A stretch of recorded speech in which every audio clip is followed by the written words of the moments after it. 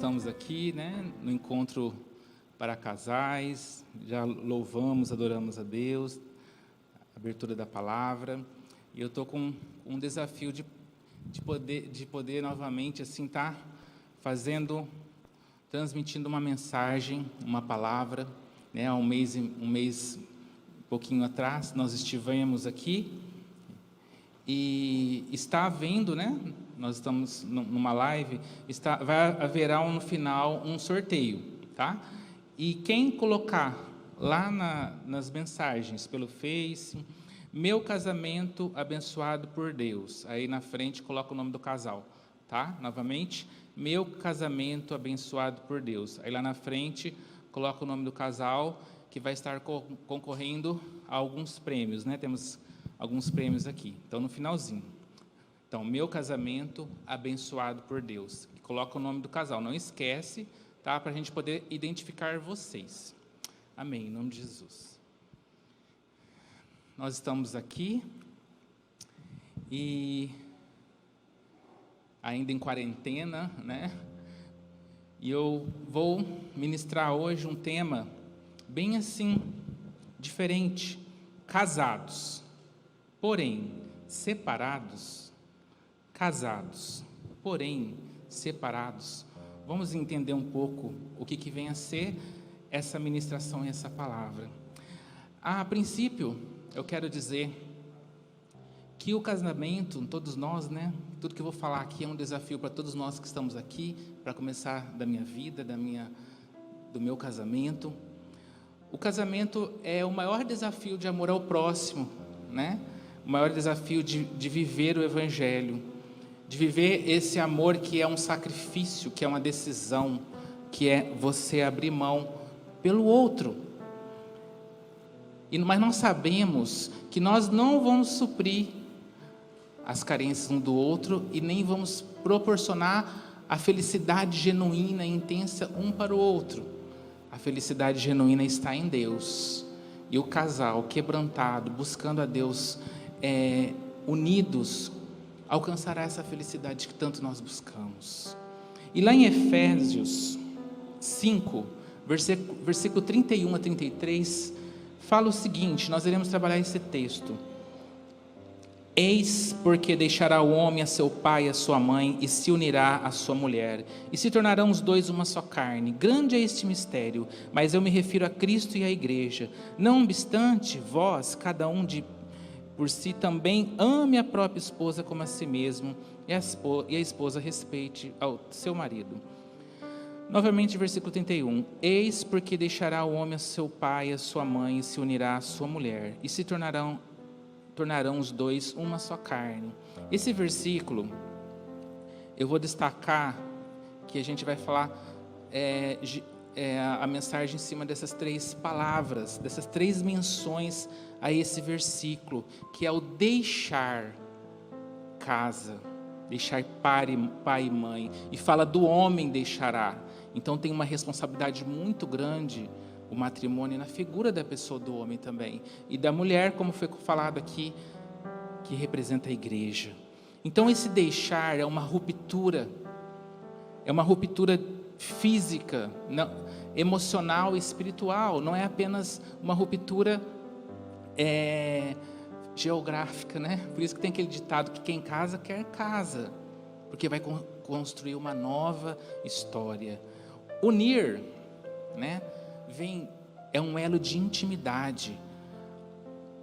A vivência 2, o maior desafio é a intimidade. Intimidade é muito além de conhecer, de colega, de amigo, é conhecer um ao outro. E eu só consigo conhecer o outro quando eu conheço a mim primeiro. E uma só carne, olha que profundo, o que é uma só carne? É um só organismo. Nós poderemos falar o nosso corpo aqui, né? É um funcionamento. Se eu tiver um problema lá no meu estômago, pode afetar meu pulmão, pode afetar outras áreas do meu corpo. É muito profundo essa união de carne. Aqui a palavra está comparando o casamento com uma união, como se fosse um só organismo. E é o encontro de Cristo né, da noiva com Cristo, como está falando lá atrás, lá na frente. Então, esse elo de intimidade é um elo de corpo, alma e espírito. Então, uma ruptura que eu tive física, emocional e espiritual, cada um de suas casas, de suas famílias, para ter um elo de intimidade, intimidade de corpo, intimidade de alma, intimidade espiritual. É uma aliança entre dois espíritos, que nós somos espírito, uma aliança de duas almas. Não é somente um estado civil, não é somente um documento, um registro. É uma história que eu irei iniciar. É uma outra hierarquia, né? Os nossos pais não é mais autoridade, ali é outra. Nós temos, conforme eu falei da última vez, é uma ruptura, né? Mas nós temos, é um corte de um cordão umbilical, é um ritual de passagem, mas nós temos os vínculos afetivos com os nossos pais. E eu costumo dizer, né, que às vezes as pessoas falam assim, o casamento é um choque cultural, porque é muitas diferenças, muitos costumes diferentes, mas nós temos que trabalhar que o casamento é uma osmose cultural. O que é osmose? Não vou entrar em detalhes, não sou tão profissional da área também. É quando eu absorvo do outro, e quando o outro absorve de mim. É uma junção, não é um choque. Porque se está havendo um choque, casados, porém separados, começa a iniciar uma separação ali dentro, porque não está havendo essa união. E nós iremos falar muito sobre isso. O casamento é uma soma, não tem que ser uma subtração. É uma multiplicação, não tem que ser uma divisão de se anular, de se afastar de pessoas queridas, de dominância. É certo que quando eu falei de uma osmose cultural, né, nós temos nossas tradições, nossos costumes familiares diferentes, e nós precisamos o quê? Ajustar, ceder nas escolhas dos costumes, dos comportamentos, dos gostos, das escolhas. É certo que cada pessoa vai ter um gosto, uma memória afetiva muito diferente do outro. Isso tem que ser preservado. Isso tem que ser, né? Às vezes uns hábitos alimentares para um que é meio esquisitice, né? Às vezes um gosta do quente, outro gosta do frio, um gosta do barulho, outro gosta do silêncio. E as escolhas em si, não é mais aquela vida de solteiro. E nessas diferenças, né?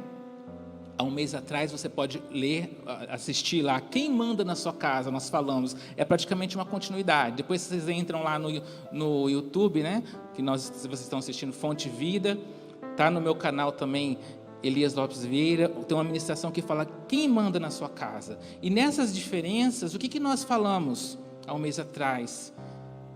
Que na verdade nós temos que andar lado a lado, que até Deus, Ele nos deu livre-arbítrio, para escolher, e nós escolhemos Deus, nós amamos Deus porque Ele nos amou primeiro, e nós sabemos que se nós não escolhermos Deus, o fruto do pecado é a morte. Então nessa relação, é lado a lado, não é a mulher que tem que estar atrás do homem, nem o homem na frente da mulher, nós vamos retomar sobre isso, mas quando as escolhas sobressaem, e alguém impõe os seus gostos, o seu querer, o que acontece? Aquela pessoa, ela se torna um eu sou enrijecido, e a outra é um eu sou definhado, sem identidade, é o que nós chamamos de falso self, a pessoa não consegue ser ela mesma. E aí começa esse processo de casados porém separados, porque eu estou dentro de um relacionamento, mas eu estou perdendo quem eu sou. E numa conquista, quando nós casamos, eu falei isso da outra vez e eu vou aprofundar. Nós casamos por paixão, mas não casamos por amor. O amor vai ser construído. O amor vai ser construído a cada dia, a cada momento, na nossa rotina do dia a dia, nas nossas escolhas, no nosso ceder e tudo mais. E eu quero continuar falando sobre a diferença entre paixão e amor. Não sei se vocês já ouviram falar que paixão significa, é comparada com um vulcão em erupção, e o amor é comparado com o castelo forte. Então faz muito sentido isso. Então vamos falar primeiramente sobre o vulcão. O que é o vulcão, de uma forma muito resumida? São camadas no centro da Terra, né? Camadas ali, rachaduras, que sai o magma, né? A lava, de uma forma muito forte, né? Às vezes surge o vulcão do nada e vai destruindo tudo, né? É algo imediato, e tudo que é imediato é uma construção na areia.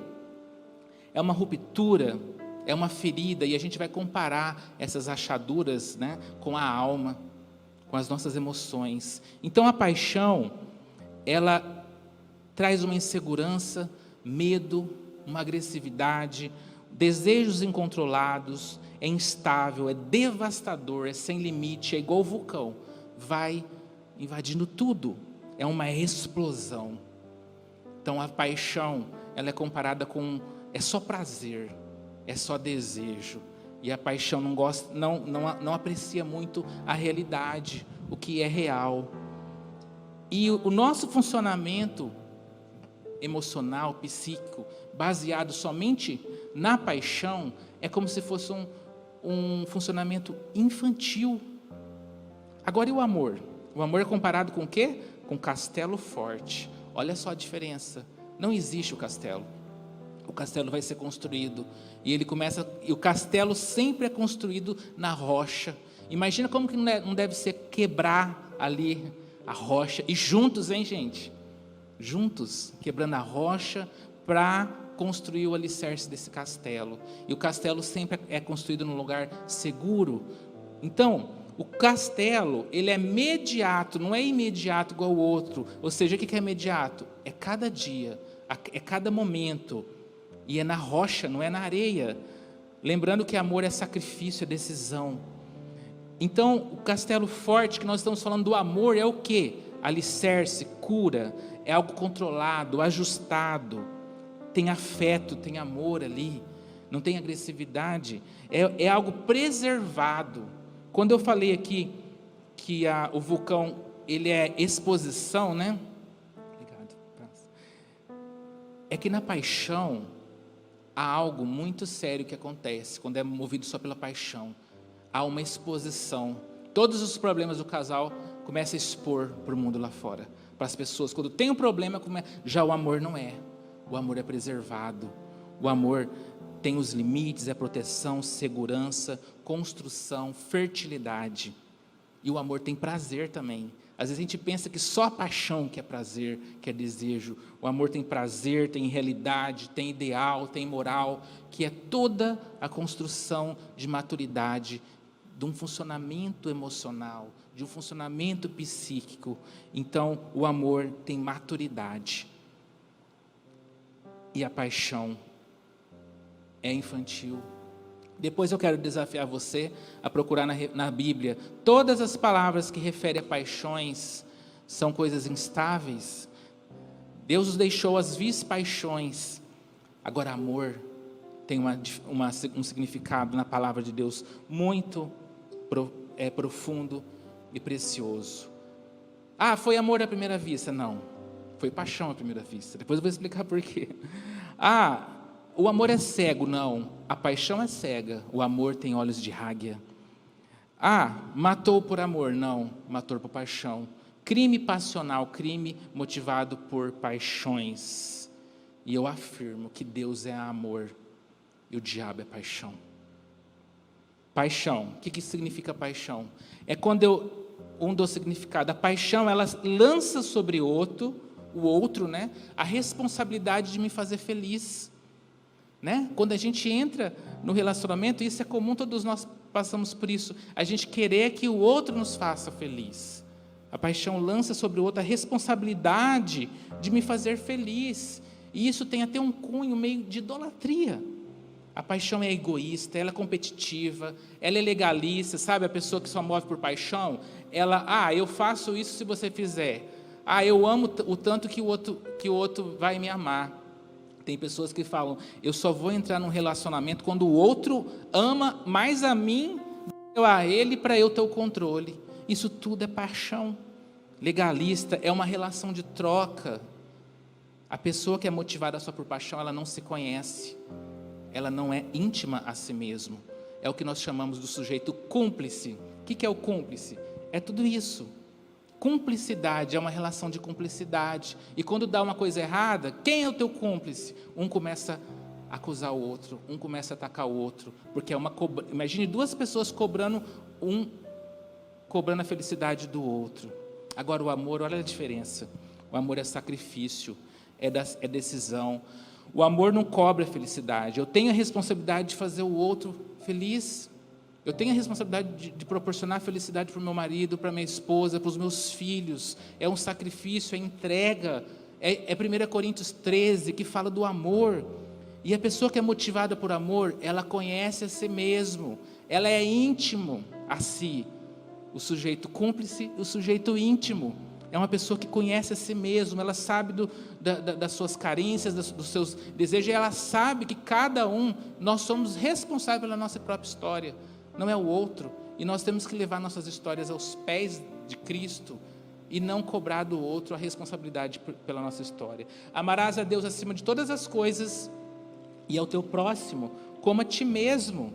Então todos os relacionamentos, olha só, até mesmo com Deus e com o próximo, e quando eu falo de próximo, de amigos, irmãos, e principalmente no casamento, amarás a Deus acima de todas as coisas e ao teu próximo como a ti mesmo. A forma como eu tenho um relacionamento comigo, eu vou ter relacionamento com o próximo, principalmente no casamento. Continuando, paixão. A paixão, ela transfere, ela projeta sobre o outro as necessidades de afeto, as nossas carências e as nossas dores. Olha só, eu projeto para o outro, eu lanço para o outro, eu cobro do outro tudo aquilo que me falta, tudo aquilo que eu tenho de excesso também, as minhas carências e minhas dores. Por exemplo, no início de um relacionamento, vamos colocar assim, ou numa busca, eu sempre tenho uma história das pessoas que me supriram, das pessoas que me deixaram carência, das pessoas que me curaram e das pessoas que me feriram. Então, é um funcionamento, é um jeito de ser. E eu entro num relacionamento, com um jeito de ser amado e com um jeito de amar. E aí eu cobro do outro tudo isso. Eu quero que o outro me ame do jeito que eu aprendi a ser amado. Aí, o que acontece? Para ficar mais claro, as pessoas que me supriram, as pessoas que me curaram, figuras parentais, na infância, na criança, é muito comum a mulher projetar na escolha de um marido a figura do pai que teve, ou do pai que não teve, almejava ter. É muito comum, às vezes, o homem também projetar na figura da mãe que teve, ou da mãe que gostaria de ter. Ou da pessoa que cuidou. Eu quero ser cuidado como aquela pessoa, por aquela pessoa da mesma forma que eu fui cuidado. Aquele que me feriu, outros relacionamentos, talvez uma traição, talvez alguém que te fez sofrer. Aí no relacionamento a gente gera as inseguranças. É o que nós falamos de ciúmes normal e ciúme patológico. Eu começo a lançar sobre outro uma mágoa que não foi restaurada ainda, uma insegurança, como se a outra pessoa fosse me trair, fosse cometer o mesmo que o outro fez, ou a outra, e isso é muito inconsciente. Ou no próprio relacionamento dos pais, se houve sofrimento de traições, eu começo a projetar no casamento as inseguranças, os medos. Às vezes, onde você está? Tira uma foto do WhatsApp e me manda para saber se você está aí onde você está. As dores, eu começo a lançar sobre o outro, e tudo isso é paixão. E aquela pessoa carrega uma culpa que não é ela. E eu vou falar uma coisa. Então, é possível que algumas pessoas que você carrega no seu coração, que você não liberou perdão, ela está presente na tua vida até hoje. E você está projetando no seu relacionamento. Casados, porém separados. Porque entre você e o seu marido ou sua mulher tem muitas figuras, muitos fantasmas que precisam ser quebrado, que precisa ser curado. Então eu projeto no outro um jeito de amar, um jeito de ser amado, e eu cobro do outro todas essas pessoas que me curaram, me supriram, ou me deixaram carências, ou me feriram. E, na verdade, imagina, duas pessoas cobrando uma da outra feliz e duas pessoas projetando as suas próprias dores, carências ou seus próprios afetos. E são duas pessoas de figuras diferentes. E vamos lá. Aí, vamos começar rapidinho na conquista, né, da história. No início dessa história, você vai voltar lá e nós estamos aqui para fazer avaliações, análises, colocar na balança a nossa própria história. Lá na conquista, algo que eu escrevi aqui, que eu anotei. Quando a gente vai buscar uma pessoa, inconscientemente, nós buscamos aquele que fará a manutenção do meu funcionamento psíquico. Tudo isso que eu falei aqui, eu vou buscar alguém que vai encaixar, vai ser metade da laranja, né? De todas as histórias que eu estou falando aqui. Buscamos alguém que vai fazer a manutenção, né? Aí lá na conquista tem uma frase que fala que o sedutor, ele conhece a senha do prazer do outro. Então, a metade da laranja, são duas laranjas que se encaixam, é o momento da conquista, é o momento da paixão, né? Aí tem um casamento, tem a festa, e às vezes, só para ficar um pouco claro, é como se na faculdade também. Você estudou 4, 5 anos nos bancos de faculdade, tem a formatura, é tudo muito bonito, aí depois a gente vai cair na realidade do enfrentamento do mercado de trabalho, das dificuldades do trabalho, aí que eu vou provar que eu amo realmente aquilo que eu escolhi. É uma comparação com o casamento. Aí vem a festa, né? E entra a lua de mel. E esse sentimento de lua de mel, ele perdura de 6 a 2 anos. De querer projetar, de querer, né, ver tudo isso. E muitas vezes você casou, né, passou o momento de lua de mel, isso é muito comum. A própria pessoa deixou das conquistas, deixou a metade da laranja, começa a aparecer a outra metade da laranja de ambos, não é verdade? E por um movimento assim de defesa, um mecanismo de defesa mesmo, a pessoa começa a mostrar quem ela é e como ela é. Para quê? Passar para a outra pessoa: ama-me como eu sou e deixa eu te amar do meu jeito. E nessa hora é como se fossem dois estranhos na mesma casa. E muitas pessoas falam sobre isso. Chega um momento, aí vem aquela frustração, mas você mudou. Não é a pessoa que mudou, é as suas projeções sobre a pessoa, de idealizações para que a pessoa seja aquele que te amou, aquele que te deixou carência, ou aquele... São pessoas diferentes. Permita que o outro te ame a você do jeito dele. Essa pessoa está mostrando quem ela é. E ela precisa ser amada do jeito que ela é também. As linguagens vocês vão ser construídas. Então, no relacionamento, quando a palavra de Deus falou: deixai pai e mãe, a pessoa não quer ser seu pai, não quer ser sua mãe, não quer ser seu marido, quer ser sua esposa, quer ser seu homem e sua mulher. Aí vem um luto, né? Um luto, às vezes vem a raiva, e é nesse momento que a gente tem que iniciar um processo realmente de amor, que é a realidade, que é a intimidade de conhecer as histórias um do outro. Aí, depois você pode voltar lá, quem manda na sua casa? Aí nessa relação, se tem uma pessoa que é dominadora, que ela quer o quê? Ela não quer encarar a realidade. Ela não aceita, ela quer manter essa paixão. E ela começa a cobrar do outro, né? E aí vai entrar 3 relacionamentos que nós falamos. O iracundo, que é quando o homem que domina, né, subjuga. Ou a rixosa, que nós comparamos com a Jezabel, que a palavra fala. Ou pode ser um ringue de boxe. As duas pessoas brigando e não passam de relacionamentos cúmplices, infantis e disputas de afeto. Ou seja, 2 pessoas feridas e perdidas e motivadas por paixão. E nesse momento, além de se reconhecer como 2 estranhos, às vezes acontece da pessoa falar: mas parece que todos os problemas que eu tinha na minha casa, dos meus pais, está acontecendo dentro da minha casa agora. Ou seja, porque eu projetei e busquei alguém que faz a manutenção do meu funcionamento.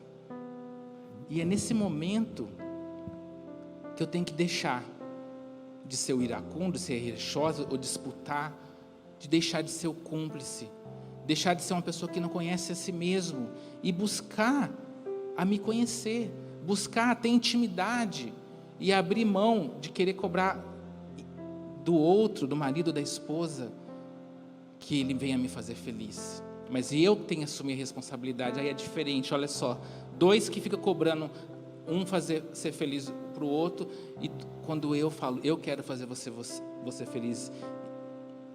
E eu vou dar um exemplo também de um relacionamento, dois relacionamentos, de uma pessoa que era íntima e de uma pessoa que era cúmplice. Davi era um homem segundo um coração de Deus, era uma pessoa íntima que buscava a intimidade dele. Só que a esposa dele, a Mical, ela zombava dele porque ele dançava na presença de Deus. Ele era rei.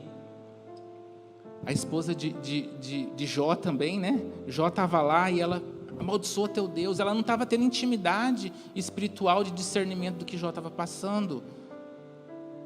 Casados, porém separados. Nossa luta não é contra a carne ou sangue, mas sim contra principados e potestades. E nisso tudo eu estou falando de uma questão emocional, e sem falar do espiritual, das brechas, do inimigo da nossa alma, que tenta contra o nosso casamento, que tenta contra as famílias. Nossa luta não é contra um ao outro, nossa luta é contra principado e potestade. E Deus ordena a bênção na unidade, e para ter unidade tem que ter humildade. Eu quero rasgar minhas notas promissórias. Isso que você está cobrando muitas vezes do seu marido, ou isso que você está cobrando muitas vezes da sua esposa, você está cobrando deles, histórias mal resolvidas estão dentro de você. Nós projetamos no outro, e olha só, o casamento é o Maranata, a hora vem, Senhor Jesus, que a palavra está falando aqui. É o encontro do noivo e da noiva, é uma preparação. Nós estamos preparando a busca pela cura, a busca pela restauração,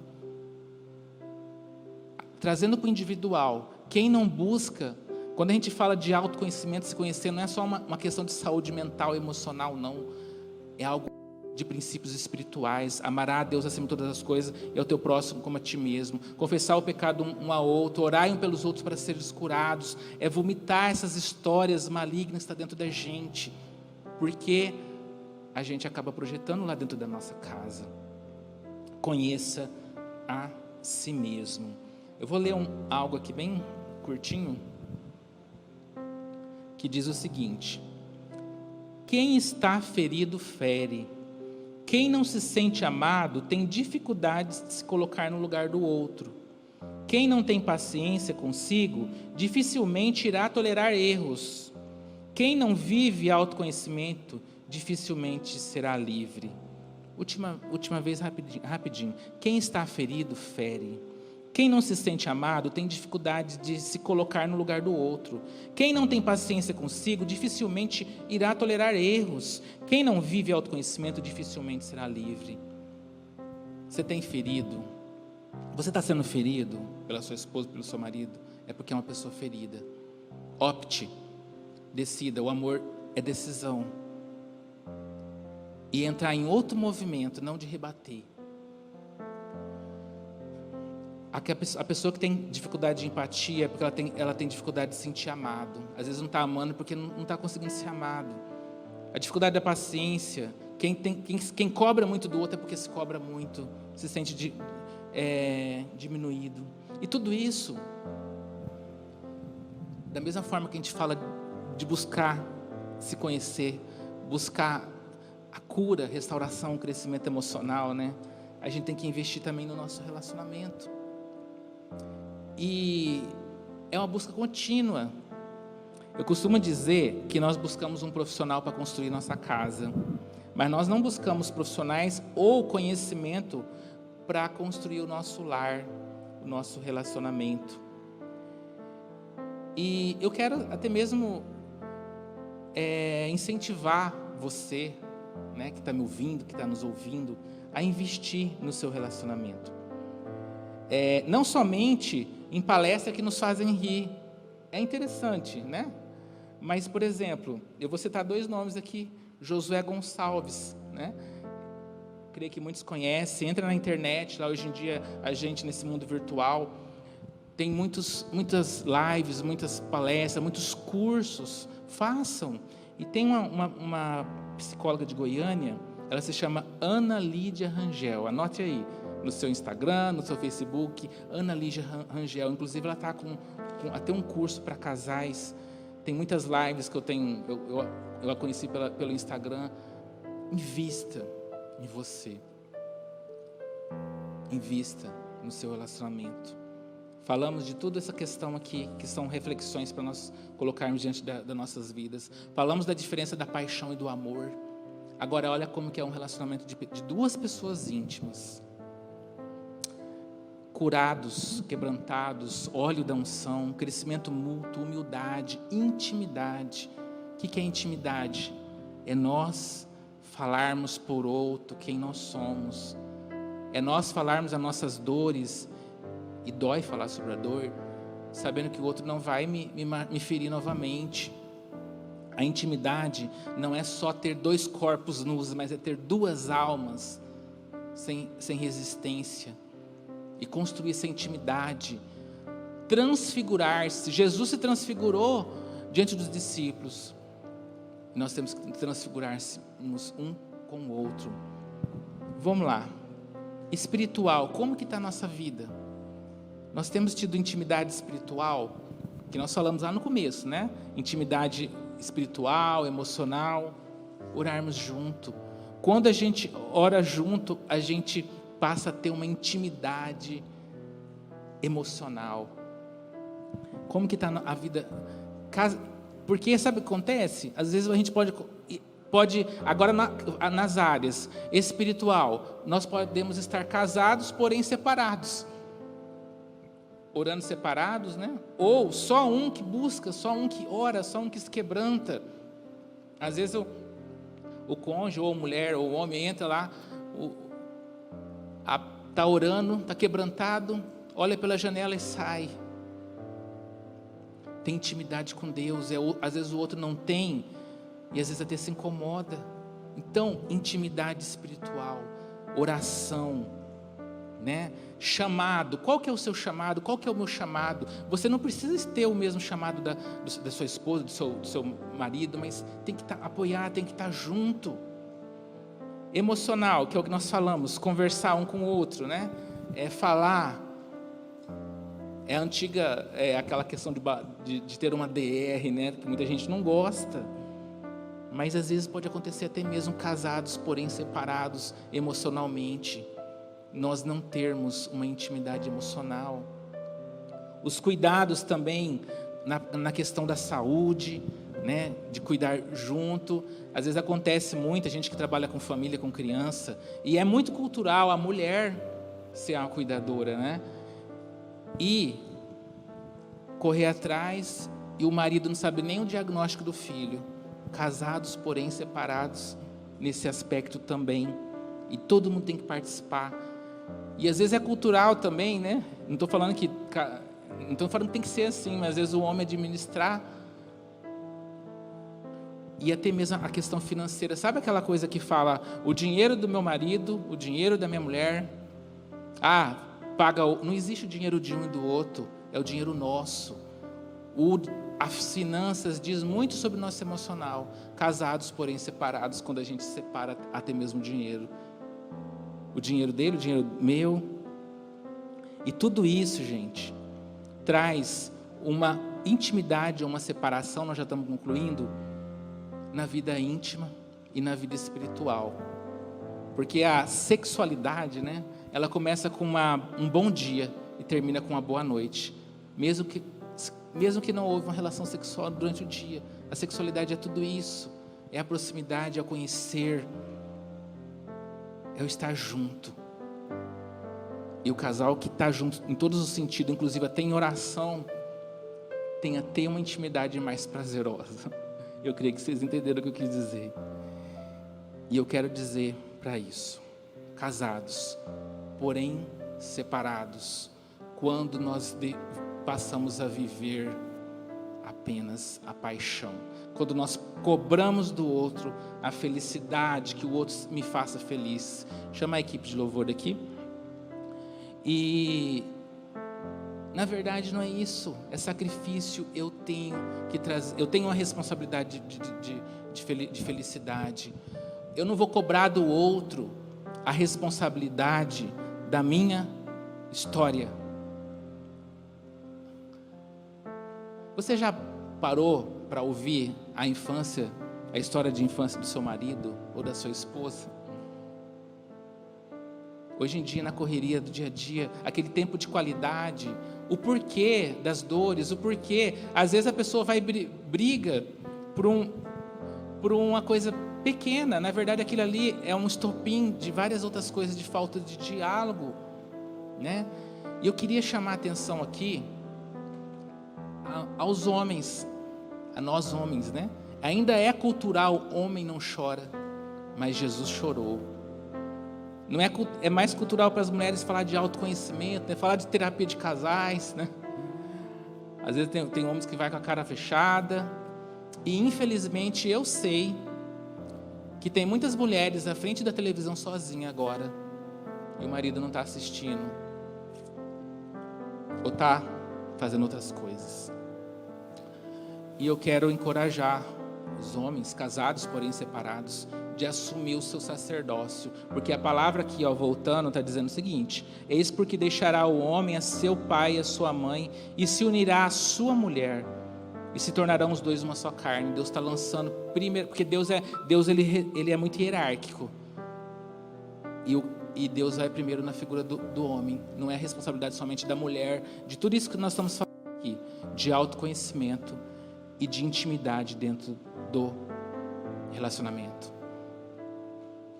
Em nome de Jesus, seja um sujeito íntimo e não apenas uma pessoa cúmplice.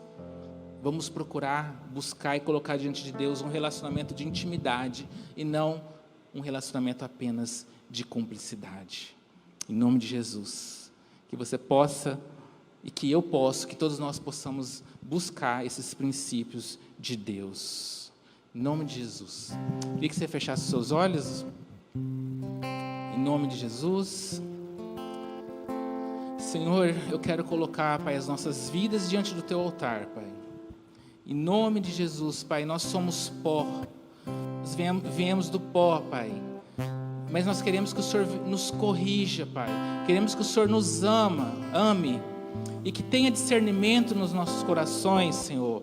Que nós não venhamos viver apenas um relacionamento de paixão, um relacionamento de cumplicidade, mas um relacionamento íntimo, como a sua palavra fala. Amarás a Deus acima de todas as coisas e ao teu próximo como a ti mesmo. Que cada coração, que cada pessoa que está ouvindo essas palavras aqui, essa noite, Pai, venha ter, Pai, essa humildade e intimidade de construir um quebrantamento diante do teu altar, que você possa buscar a Deus face a face, que você possa corrigir, buscar a cura e restaurações de histórias passadas que está influenciando e você está lançando sobre a vida do seu esposo, da sua mulher, e que nós possamos conhecer um ao outro, que nós possamos, Pai, viver o que o Senhor tem para nós enquanto família, que tanto tem sido atacado, e que nós possamos decidir continuar a caminhada da segunda milha, em nome de Jesus, que nós possamos buscar o quebrantamento para a honra e glória do Senhor Jesus.